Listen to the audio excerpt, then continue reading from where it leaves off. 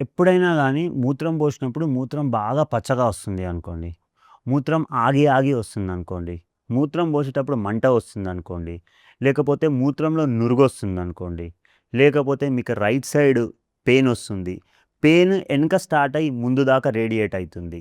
ఇలాంటి ఇంకొకటి nausea sensation, vomiting వచ్చినట్టు సెన్సేషను, లేకపోతే మీకు ఇట్లా వర్టిగో వచ్చినట్టు సెన్సేషను, లేకపోతే ఎక్కువ పెయిన్ ఏదో కుచ్చినట్టు అనిపిస్తుంది అనంటే మీకు కిడ్నీలో సమస్య ఉందని అర్థము. అది కిడ్నీలో స్టోన్స్ అయి గూడా ఉండొచ్చు. సో, ఇంకొకటి మూత్రంలో రక్తం గూడా వస్తుంది అని అనుకుంటే ఖచ్చితంగా మీరు డాక్టర్‌ని సంప్రదించండి. అది ఏమైతది కిడ్నీలో స్టోన్స్ అయినా అయ్యుండొచ్చు, కిడ్నీ ఇన్ఫెక్షన్ అయ్యుండొచ్చు, కిడ్నీలో వాపు అయ్యుండొచ్చు. దీంతో పాటు ఒకవేళ పాదాలలో వాపుందంటే తక్షణమే డాక్టర్‌ని సంప్రదించండి. సో, కిడ్నీ ప్రాబ్లము, రీనల్ క్యాలిక్యులై ఇలాంటి కండిషన్స్‌లో కిడ్నీ స్టోన్స్ కండిషన్‌లో ఇలాంటి సింప్టమ్స్ మనం తరచుగా చూస్తాము. హోమియోపతిలో దీనికి చాలా మంచి మెడిసిన్స్ ఉన్నాయి. బెర్బెరిస్ వల్గారిస్ అని ఒక మెడిసిన్ ఉంటది. హైడ్రాంజియా అని ఒక మెడిసిన్ ఉంటది. పరారియా బ్రేవా అనే మెడిసిన్ ఉంటది. ఆసిమమ్ సాంక్టమ్ అని ఒక మెడిసిన్ ఉంటది. సల్ఫర్ అని ఒక మెడిసిన్ ఉంటది. లైకోపోడియం అని ఒక మెడిసిన్ ఉంటది.